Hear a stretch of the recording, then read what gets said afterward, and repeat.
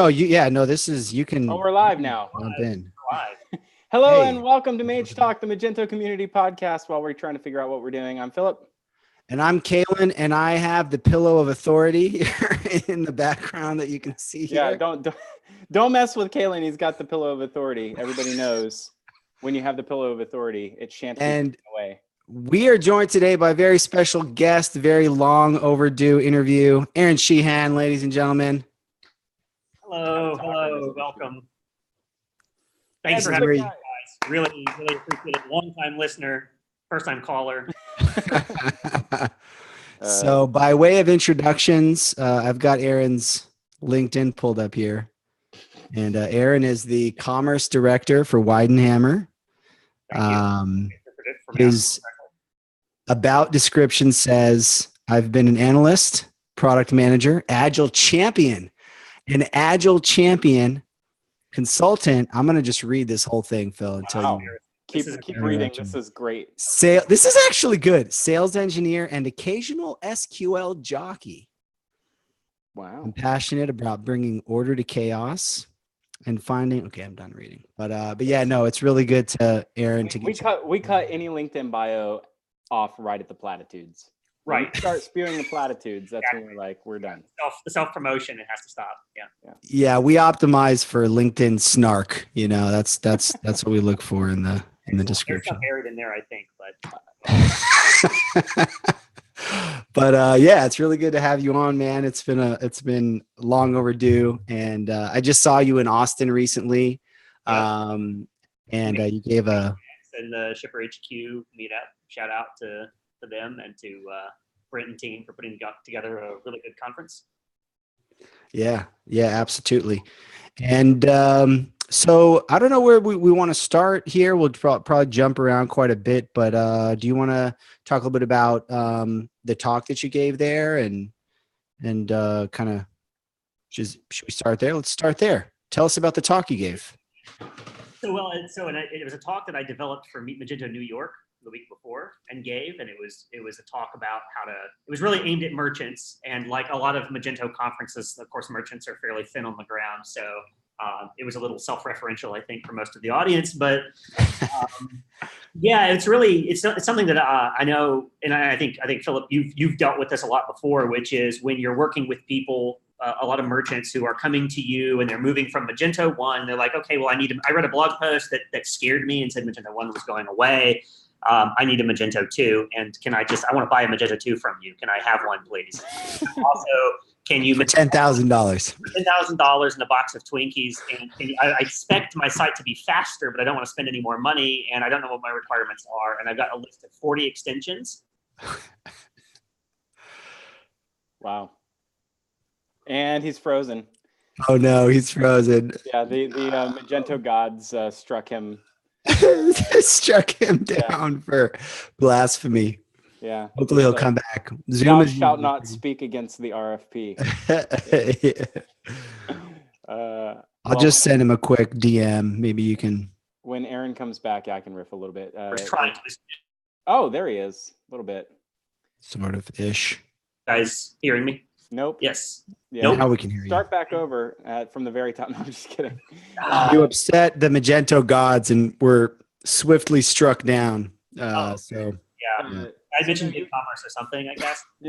Yeah. When you mention BigCommerce, that tends to happen on this show. Go back to what you were talking about from, sort of just choosing a platform. They've already made it up in their minds that Magento is what they need. They're coming to you. They have a long list of requirements. They have zero budget.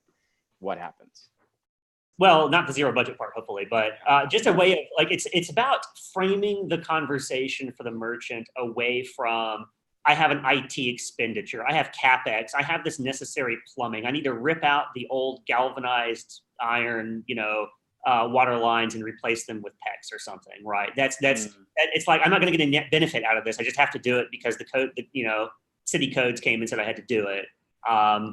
How do you have that conversation internally with your own stakeholders if you're a merchant that's like, what should we be doing? Let's not assume anything. Let's not assume anything we've built is relevant to what we need to have. Let's talk about the future. Where should we be going? How should we spend our money? Let's not just, assume that Magento 2 is a new coat of paint on an existing house, right? And that's really what the heart of the presentation was about. And the way that most brands or the way that most businesses are trying to accomplish this right now is trying to find like apples to apples by, equating on features, which is usually what the focus of a RFP or a request for proposal is, right? Yep, exactly. Yeah. One of the things I talk about a lot is, obviously you need to do some work in looking at features, but you need to move away from making assumptions that because it does it this way now, that it needs to do it this way later. And there's also a fair bit in that presentation about, trying to understand the culture of the agency that you're working for. Now, when I gave the presentation in Austin, it was a less Magento specific audience. So it was repurposed to be more of a and you should be looking at other platforms too, maybe, because you say you haven't decided that you're going to Magento, but you are a Magento merchant today. You're trying to figure out if you need to remain one, kind of how to approach that same decision-making process with the same thoughtfulness. When you say the same decision-making process, like the decision in that, do you find yourself having to educate the business that it is effectively the platform that they have that they think is Magento right now is not necessarily the exact same type of platform that Magento 2 is. It is in name only. And so therefore, they should be equating all platforms as equal at this point and be weighing them with the same measure. Yeah, not necessarily as equal. I know there have been a number of Twitter conversations about how do you find that unbiased advice about what platform you should be going to, because everybody in the business of consulting is also in the business of implementing something. So, all of us have some kind of axe to grind. Therein lies the rub. Yes. So, but you should do it. I would love to have more platforms for merchants to talk to other merchants. If only there were some kind of thing that connected a merchant to another merchant to have a conversation. Okay, Philip. Yeah. So I have a show that we started a couple years ago at Something Digital that is called. Has it been a couple of years? Yeah. That is insane. Now. I know, dude. Things are going so quickly. It's crazy. That's so cool, man. So we're 2 years in now. I'm in LA right now for a merchant to merchant event that we're doing at Bowman Hats. If you happen to be in West LA, 6:30 p.m. tomorrow, October 3rd. Completely pointless for literally anyone not watching at this exact moment, live on YouTube, to have shouted that out. But yeah, what I found, Aaron, and you alluded to this, is that most people, when you're giving them advice from our vantage point, whether they know it consciously or not, believe that the things you're telling them to do come with a string attached, and that here's what you should do. It's a really good strategy for your business. And then the follow-on sentence is assumed to be, and I can do it for you, right? Because I have something to sell you now. And what we found is that a lot of that good advice is advice that they would take more seriously if it were coming from people sitting in their own seat, right? The same seat that they're sitting in at their own organization. And so having a brand, someone that runs a brand, someone that runs e-commerce for a brand that is similar to them and can sit on a panel and say, here's what's working for us, here's what's not, here's what is challenging for us, here's those, that comes across with a lot of authenticity. It absolutely does. It absolutely does. And I thought merchants need often, you're a busy man. I'm in a hotel room, sorry. And yeah, no, it's good. Merchants often need a way to. No, I'm good. Thank you. Sorry. Just say, no hablo español, no hablo inglés. Por favor, limpiar los baños.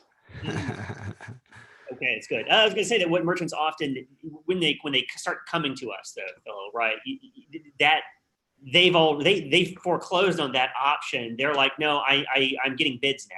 I'm in bid mode. I'm not in ask questions mode. I'm not in gather input mode. I need to get bids. And I think breaking that cycle a little bit and starting to ask these questions before you're getting bids from guys like us, right, would be the right thing. I think something like merchant to merchant, and other avenues for connecting those directors of e-commerce to each other before it starts being like a CapEx discussion in their boardroom, would be super valuable.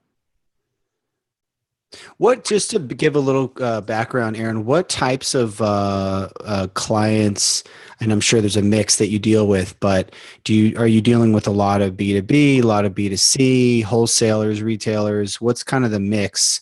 A lot of people coming from M1, different platforms. What's the mix of, paint a picture for us? Sure. I will paint a happy little picture for you. Well, first off, I'm contractually obligated to say that we will work with any kind of merchant in any vertical, in any space, on any platform whatsoever, because, merchants, anybody watching, like, call me. But realistically, what I've seen is that in the Magento space, most of the growth has been in B2B. Manufacturing and distribution. It's been a really Shannon Hain from Magento's product management team built this out as a persona, I think, in several talks that she gave to the partner ecosystem a couple of years ago, which is that sort of like digital transformation. I'm an offline organization and I'm moving into transactional e-com for the first time. I'm B2B. I've been doing printed catalogs, or I've got road reps. I've got a call center. I've got 30 years of weird custom pricing sitting in a printed binder somewhere, and now I'm hearing that I need binders full of pricing. Binders full of pricing, yes, best pricing, and they need to go online, and you need to figure out how to do that. And Magento is a really compelling offering for those folks. The flexibility that it offers is something they need because they have a bespoke set of processes that they need to map to e-commerce. And a locked-in SaaS offering is unlikely to give them the kind of flexibility that they need to do that. So that's where I personally have seen the most amount of growth on Magento. Right. I'd like to take a quick timeout right here to mention, I would be remiss if I didn't, that we recently got a review on Apple Podcasts from Hollandale Eater from the United States of America on September 29th, who said, "I wish every podcast came with a shorter version of itself. It's just too much of self-repeating and useless information. Some episodes of MageTalk have valuable stuff. Others are just rumors mixed in with product placements. I would like to point out at this moment that we've had zero rumor or product placement, and that this has been quality content." So that's for you, Hollandale Eater. And while I have the floor, I'd like to tell you a little bit about Magento. If you're looking for hosting, that we only talked about our positive reviews. Yeah. We talk about all the reviews. We're equal opportunity reviewers. Absolutely. Sorry to cut you off, Aaron. But in all seriousness, when you say you work with all merchants, regardless of platform, what are sort of the range of services that you feel like, might be applicable in 2019? Are they really looking like, is everybody looking to have like one hand to shake, or are they looking for specialists in certain areas? Like what is your sort of sense of the landscape of delivering services at an agency right now? It's a really good question. I would say that rarely does somebody come into the conversation looking for one hand to shake. They're usually incumbent partners in some piece of their business would be it paid search or SEO or IT or integration support, managing their ERP. Like there's some level of, hey, we have pre-existing contracts hosting, right? Where, they're not necessarily looking right now, but often I will find that, and I don't want to get too self-promotional on here at all, but I will say that when you're at a larger IT company that can do multiple things, that often helps you win business that you're not actually going to execute on. It's very odd. So having the potential of being able to come in and be, let's say, run write content and do product photography for somebody. Maybe they're not looking for that right now, but they're like, oh well, maybe that would be helpful later on. Can I interject? Because sorry, Aaron, that specific thing you mentioned, product photography and descriptions, I think is one of the most interesting little micro niches in the space. I love, I think it's poorly serviced, right? I've never heard anybody talk about that before, literally. So like doing that as a service. So I think that's super interesting. It is, yeah. If you go to, I've seen folks set up at like B2B online and for offering this kind of service in the B2B, because in the B2B world, that whole product data piece is kind of a mess, to be honest, because Right. the manufacturers own the product data, and it's very, very skeletal in what it is, And so if you're a distributor, your product feed might be just like a SKU and a price and like 24 characters of a title. And then congratulations, okay, go get great SEO from that. Go build a great user experience from that. And a lot of time is spent on trying to like flesh that out. And so there are people out there that try to do that, build standardized product data sets. There are offerings out there. They just, I feel like, haven't penetrated out to where, to the awareness that you see them at like IRCE or Imagine necessarily. So I think they're out there. I also think that to some extent what that is doesn't necessarily scale real well either. It often helps if you can physically send your photographer with their rig out to the warehouse where the stuff is. And so being a national provider there would be more like running like some kind of contractor aggregator service almost. Yeah.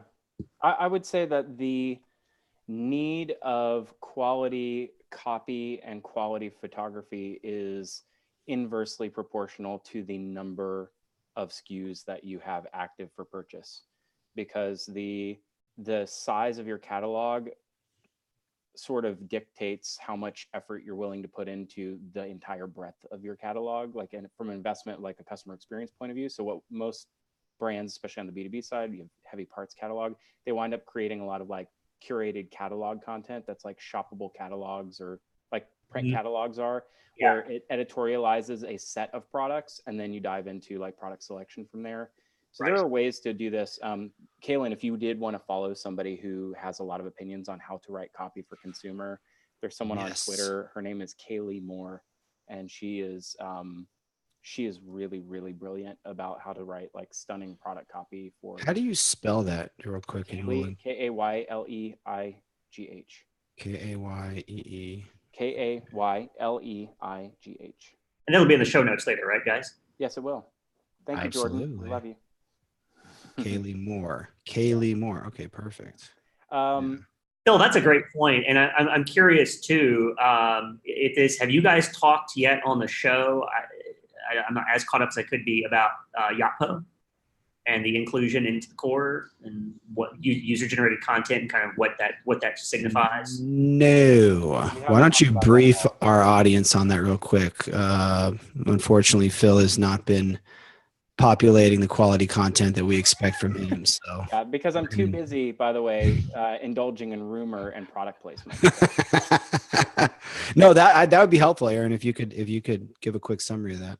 Sure. Well, so Yotpo is a user-generated content media platform that has had a lot of growth in the last few years, and things like aggregating product reviews, product questions and answers, shoppable Instagram feed type stuff. And then I think they acquired Swell, which is a loyalty program, loyalty offering a couple of years ago. Maybe was it 2 years? Has it been 2 years since that? And it was just announced that Yotpo is going into the Magento core with the, I think the 2.3.3 release that just dropped, or the 2.3.4 release that's forthcoming. Yeah.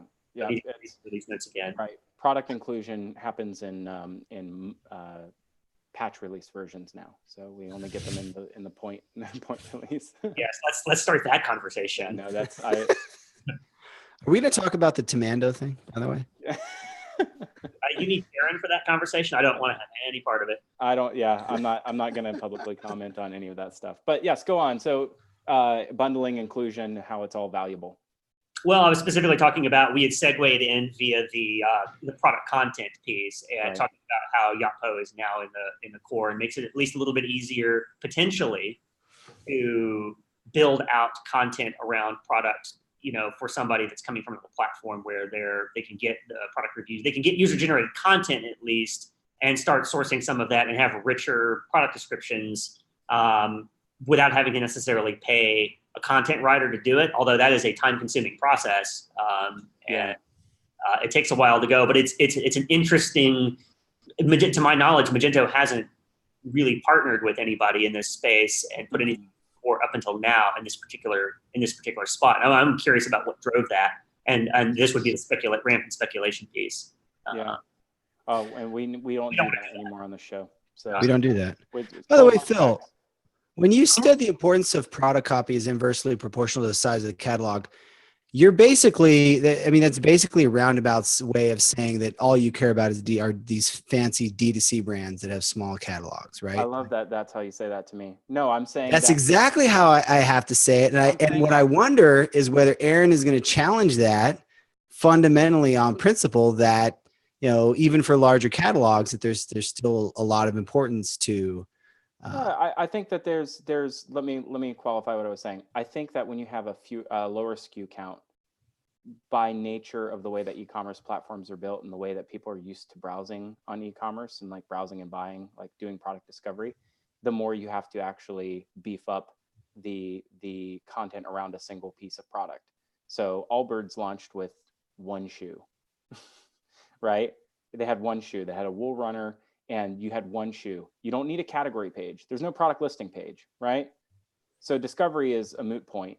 And the product detail page is literally only one page. So if you had no product description and no copy, you would have no page. It'd be an image with a buy button. Sure. So the smaller your SKU count and the more considered the purchase, the more that a customer wants to consider every aspect of the purchase without being distracted by other, offerings that you have, they're going to focus in on the one or two things that you have or the handful of things that you have. Whereas I think in a very, very, very large catalog, you are physically unable to actually write copy for every single item in your catalog. So you have to focus your effort on, it's 80-20. You focus your effort on your 20% that really is meaningful.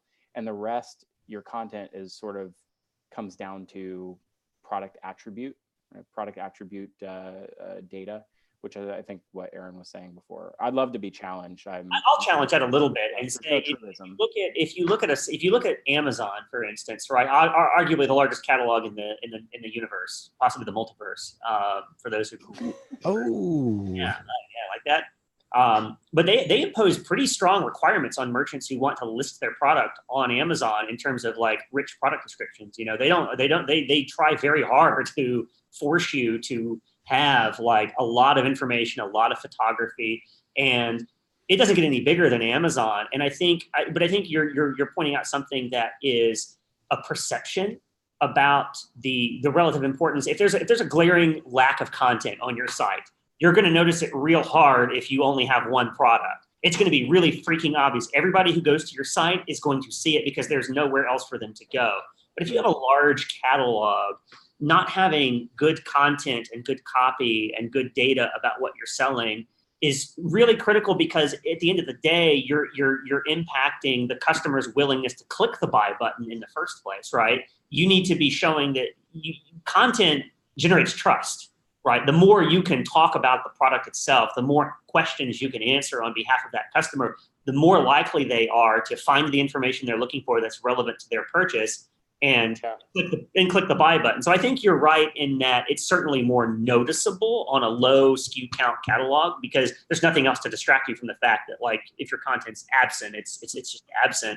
And I think also, you need to differentiate between a B2B buyer and a B2C buyer, right? A B2B buyers are often, they're paying with someone else's money anyway. They are searching by attribute, or they're buying what they bought last quarter for a reorder or something like that. That's much less compelling of a thing for them. But if you're like an Amazon, right, and you're selling billions of things, that content is still, when that person has their eyeballs on that screen, on their phone, on the tablet, and they're like, do I want to buy this or not?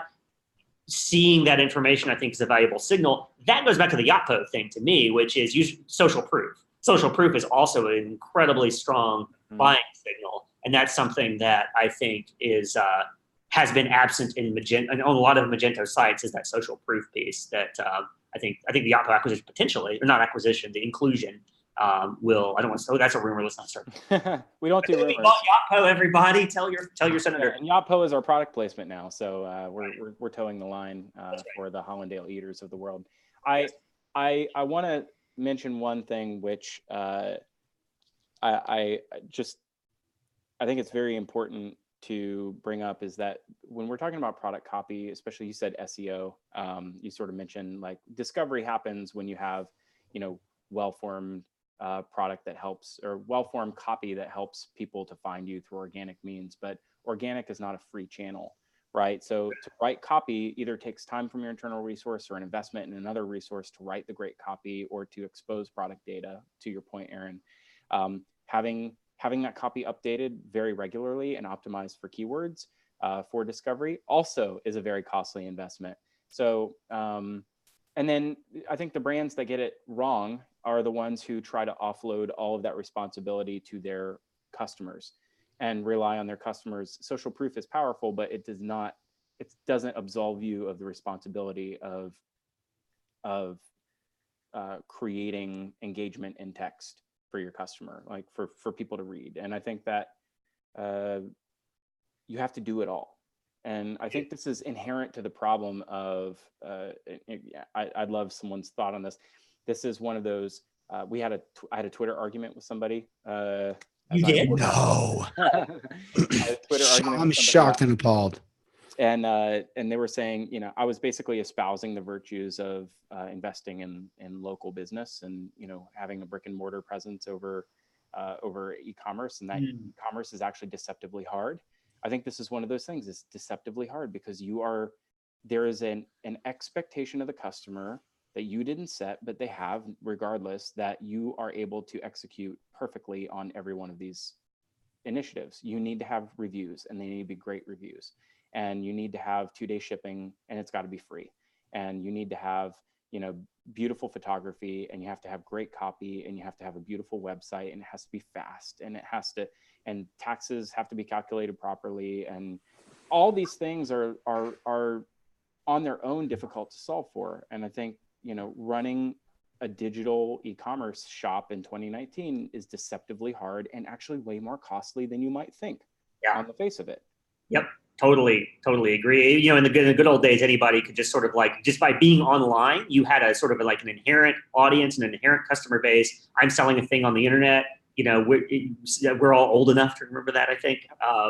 And it's, that's commoditized so much. Standing out is so hard. And that really goes into a lot of the DTC brand stuff that where you're seeing success with these brands is they have found a way to get through the noise of e-commerce and really do a good job of delivering a digital experience. But it's really interesting where you see a lot of the DTC brands sometimes stumble a little bit when it comes to delivering on that. Like they have the digital piece down solid. Like it's like an IT company that decides to do retail, and everything about their digital experience, the acquisition funnel, right, the product copy, the site's fast. And then it's like, okay, now I need to get a thing from a warehouse to a customer.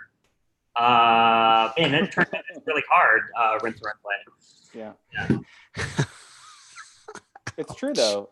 And by the way, like customers expect to have an experience when they open the box now, right? They don't just want a product in a plain cardboard box. Like heavily branded in-home like unboxing is part of your brand now. So that also raises the bar. And it's expensive, like you said, so they've cut through the noise. I would argue they are outspending everybody to cut through the noise because every channel that is a discovered channel right now that is not organic SEO is pay to play. Organic SEO is pay to play too, to be that's true. That's true. Because organic in quotes. Qualify that because I think that that's really important in sort of that nature of how those things sort of like. I mean, you made the point earlier, right? You have to have a good text to HTML ratio on your pages. You need keywords optimized for SEO. None of that stuff arises for free. You have to pay someone to, analyze that and write that copy and put it in. Not only that, you also have to, deal with all of the signals that Google is using to rank pages, right? So speed. Now there's the whole PWA thing there, and that's a lot of people's entry into a lot of the conversations they have with agencies is, I need my site to be fast because Google, or I need this because Google. Well, this always costs money. And honestly, I don't know about you, but I think it's true that paid search, with Google boosts your organic SEO. That's correct. Yeah. That's not supposed to be true, but it absolutely is. It's true. It is true. And everybody who manages accounts sees it. We found too that it's really hard to get like it's really hard for you to get backlinks today that are quality backlinks. If only someone could create a service to get me some good links, Kaylin. Shout out to good links. What happened to that? Yeah, you remember that, don't you? I remember all of it. Like, tell me about was it backlinks.io? It was bad links. That was a long time ago. But it's a necessary part of building organic, and it requires either cold outreach, it requires like boots on the ground, and earned media.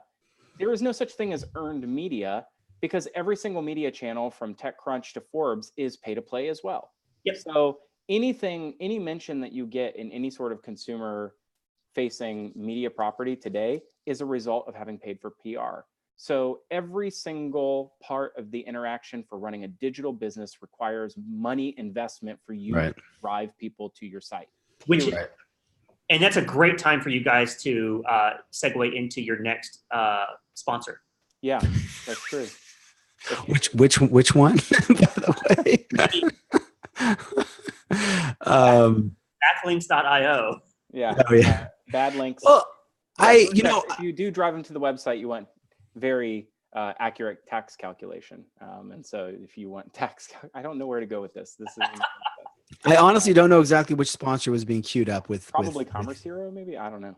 I really don't know. But actually, I wanted to jump into something real quick where you're talking about how all these D2C brands run into a wall when they run into things like logistics. Shopify recently acquired 6 River Fulfillment to go head to head against Amazon, right, on fulfillment. And what I wonder is, so it's funny because I've recently been starting to the Magento thing, Magento shipping. I thought we weren't going to talk about this, but I know we're not talking about that. Okay. I've been starting to try to understand a little bit of Phil's world recently in these D2C brands and whatnot, and people that are on people that are on Shopify and things like that. And I look at, so I've got my head in these two worlds, right? And on the D2C side, you got people that are looking at, how do I build a product people will love? How do I market it? Right. Then I go back and I look in the Magento camp, and we're still arguing over whether or not full page cache should be enabled in our performance benchmark tests. No one like nobody cares. Like no end consumer care. And I wonder if the same is true about fulfillment, right? Like in the Magento world, we deal with a lot of complicated fulfillment scenarios, and we think about how do you build all that. Should a merchant really have to care about fulfillment, or should a Shopify or whoever, or Tomando or ShipperHQ just handle that for me? And then all I have to worry about, like you said, Phil, this is a difficult problem to solve, is how do I get through all the noise? How do I make a brand that people like? How do I spend the money to get all the press and everything I need to have a brand? Should that be the only thing that I should really care about?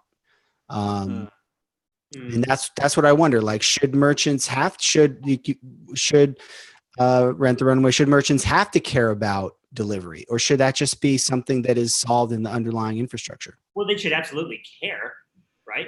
I mean, they care about that's customer service. That's CX. Like that's an integral to any brand somebody's trying to build, right? Is going to be the end customer's experience. So of course they have to care about that. What I mean is, should they have to care about the implementation details, in the sense that a developer has to care about their code? They don't have to care about assembly. Can I try to restate it a different way? Please. Yes, please. Okay. So what you're saying, I think what you're saying is, there's an inordinate amount of attention that's paid to how to deliver fast websites, and there's almost no attention paid to how to deliver packages quickly. And there's a disparity there. Yes. Right. Yeah. And I think you're right. I think that's because by the nature of what we do, I believe that website development is on its way to becoming a commoditized blue collar job. Hashtag no code. Yeah. And I think we're all living a delusion that it's a white collar job. It's actually a vocation, and that's okay. Like that, there's nothing wrong. Wait a minute. What is that? 100% agree with that. Aaron, please. A developer is a first of all, blue collar and white collar is odd arbitrary words that have Okay, fine. no actual mapping. It's Uh, technically to the color of a collar. If okay. somebody sits in an office and sips lattes, not unsimilarly to what Aaron might be doing on any given day, and writes code, you're that's a blue collar. Continue, sir. What does that mean? Like, I don't understand what that means. That's a blue collar A job. blue collar job, I would say is a skilled specialist labor position that doesn't require secondary education or like a broad education degree. It is a job that has a That's typically sort of an arbitrary definition. Okay, fine. Fine. There's one other way to look at that too is the jobs that require union representation, right? Historically, blue collar jobs have been the ones That's good. on the union representation because there's a perceived power disparity between the workers and the employers, right? And I think with developers, I think a lot of us have been living a pretty good life where we've been able to dictate an awful lot of the circumstances of how we work, what we get paid under, what our work environments are like. This is where the Commerce Hero ad comes in. Bingo. Yeah. Right. Yeah. No, I mean, by the way, there's the whole Kickstarter unionization thing that's popped up, which is interesting. I mean, right. But anyway, I sort of nitpicked on like the intro to the point you were about to make. I mean, the point that I was making, and I want to hear Aaron's thoughts here. The point that I was making is that as the tools evolve to shorten the path between the creative inspiration and the actual delivery, like the actual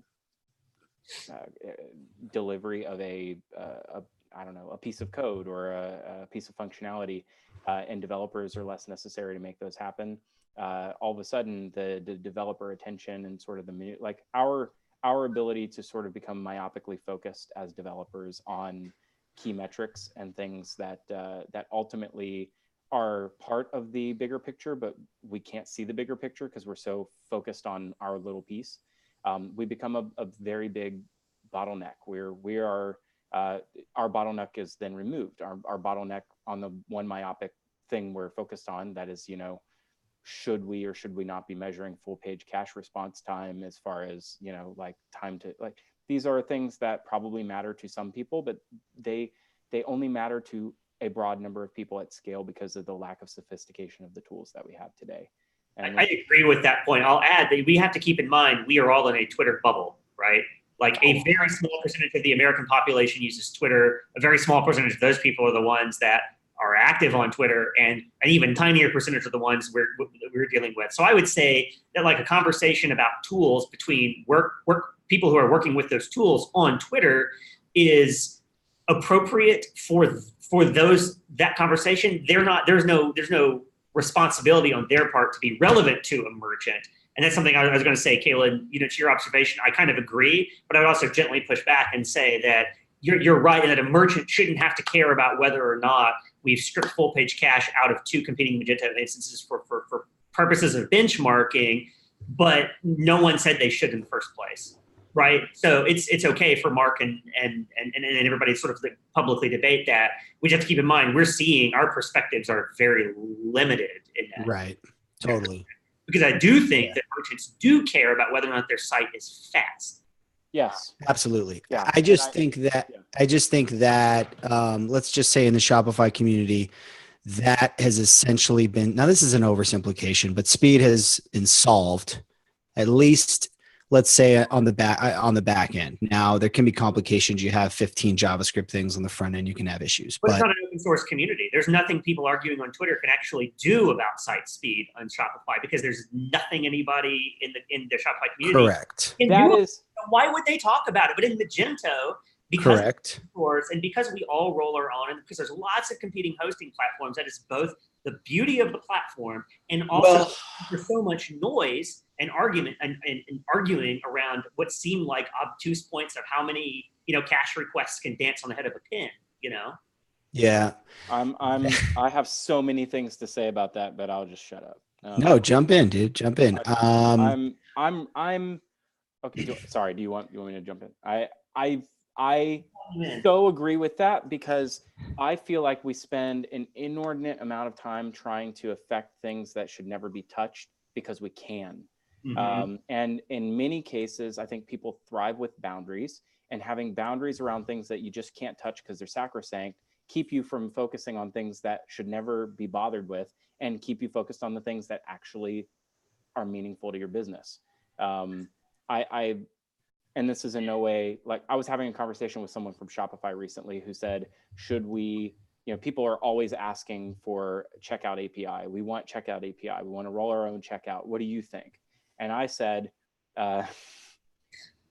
like, there's a reason that your business has done what it's done. And it's because you didn't have half of your audience, wasting all of their time futzing with the checkout. They only focused on the things that they could control, and that was the things that are customer experience based. And you found some median that happens to work for most people when they're checking out on Shopify. So in my opinion, like, those boundaries have helped you get to where you are. Like, why would you change those boundaries now? You're gonna have a lot of people that are gonna put a lot of time and effort into changing things that really don't move the needle in the end of the day anyway. And they can and I think, right. And I think that's what I'm seeing as well, is that, yes, it's true that there is no Shopify community that can discuss performance of the core because they have no access to it. But the point is it productive? Like, is it like the developers in the Magento ecosystem should be modeling business logic, right? You should be doing, like, in the Shopify ecosystem, there's tons of developers that are building all sorts of stuff that require complicated backend logic, API ingestion, all sorts of fun stuff, right? Arguing over about that very clean, over that very clean API handoff, right? Over a clean RESTful API or whatnot. And so those are the same things we should be focused on. Yes, it'll look different because we're in an open source context, but we should be worrying about those same business problems. It's just, how much value is there in arguing over whether or not, full page? No, I definitely agree with you. And this goes back to another point I made earlier about the B2B versus B2C, is the people who need to worry about that, all the fiddling, all the complexity. Complexity is a subsidy, right? If you've got a business that has a lot of complex requirements in it, then you absolutely I need DB access, I need file system access, I need to be able to write my own scripts that go in and say, if user is type X, they need to see this type of functionality instead of this other type of functionality. And I need to pull data from like 2 different third-party systems and mash it together and present it to them, right? Like, that's what Magento is for. But if I'm Allbirds and I'm selling one product, I don't freaking need that. That is actually counterproductive because now I'm a tech company. I don't want to be a tech company. I want to be a shoe company. Yeah, but even if you're not Allbirds and you're a more complicated company and you need to mash up data from your ERP to different systems to your Magento instance, to me that's useful, that's interesting, versus, like, I don't know, like the performance optimization stuff in the core is just like, man, that should just be solved. Like we should be moving on by now to solve other problems. You know what I mean? It's really hard to solve problems right now in the core, right? Because it's very complicated. And because, I've said this before, it's never going to change anything, and it's pointless for me to continue to harp on, but I was in the room where it happened, to quote Hamilton. And I was there when people were talking about, creating preferences and service contracts and creating, like, all the architecture that we were putting in so that MageMail wouldn't conflict with MageMonkey, and because nobody wanted to copy and paste, a class to chain the inheritance themselves. And look what we have now is something so much more complicated. We have DI, we have plugins, and it's made it a not great developer experience. And so we have a very, very complicated stack now. And that means that solving what should be trivial problems is also very, very complicated itself. And that's the platform we have. 100% agree, right? And I think you're going to see a lot of Magento development agencies who have been sort of like Magento only for a long time expand into other platforms because the merchants are not following on this journey in the numbers that I think everyone sort of thought they would 3 years ago, right? This move to Magento 2. I mean, that was a big topic of conversation at Meet Magento. I forget the stat, but however many hundreds of thousands of sites are still out there on M1. Or either one of you guys happen to know what that number is? I know depending on who you ask, you get different numbers, but it's sizable. Yeah, I mean, if Kaylin keeps tweeting out inappropriate and wrong data, then then we'll just then you put out a bar chart of something or a pie graph or something. Okay. I thought you were talking about my MageTalk live tweets. I've been live tweeting. I've been putting in work while you guys. I love it. You guys are amazing. Fantastic. Freaking. You need to have guests more often. Love you, Kaylin.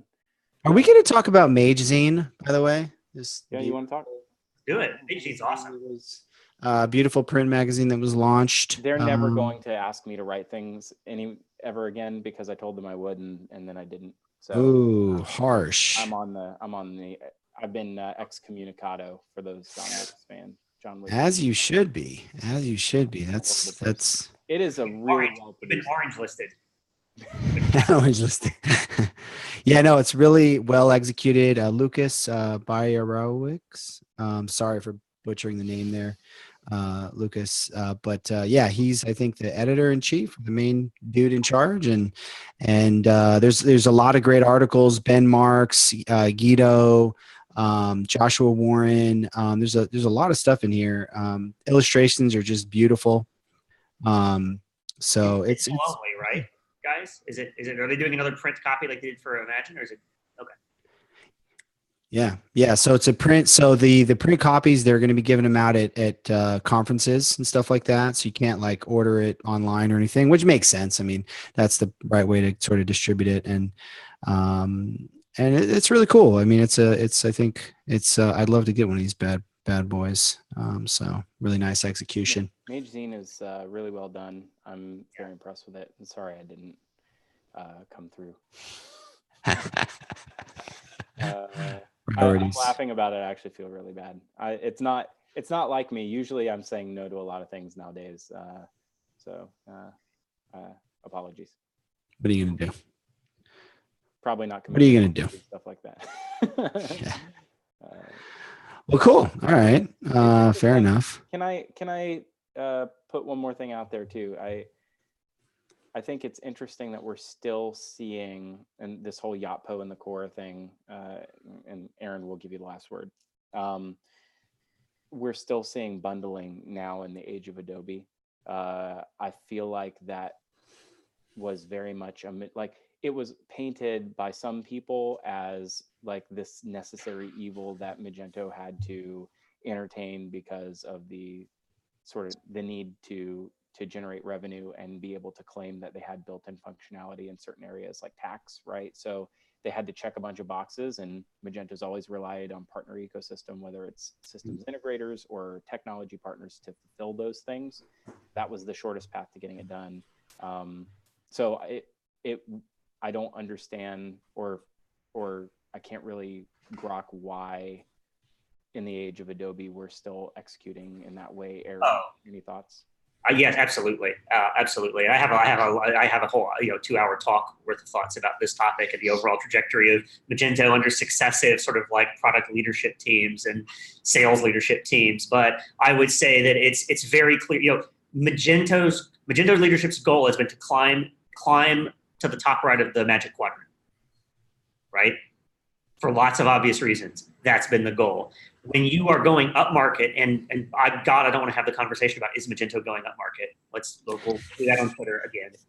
That's like almost that's worse than the FPC conversation. You could literally let's just start a whole podcast named "Is Magento Going Up Market?" We could own the SEO on that. Right. Yeah.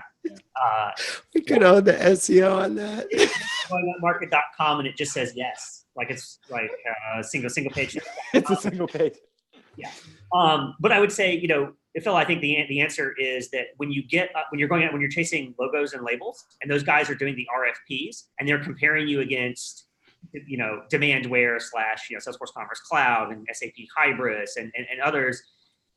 People are coming to you with the RFPs that are like 18 pages of spreadsheets with like, does your platform have yes, no, if no, explain with like 10 characters to do it. And they know that to win those, to make it through the BS vetting process that is corporate buying of software at the enterprise level, right? They have to be able to check yes on a whole bunch of stuff that otherwise, if they say, well, it's not really part of the core, but we have this ecosystem. Nope, you lost me. The junior analyst who's responsible for like disseminating those RFPs and bringing them back is like running them through a Scantron at the end. They're like, nope, that's complicated. Nope, not doing that.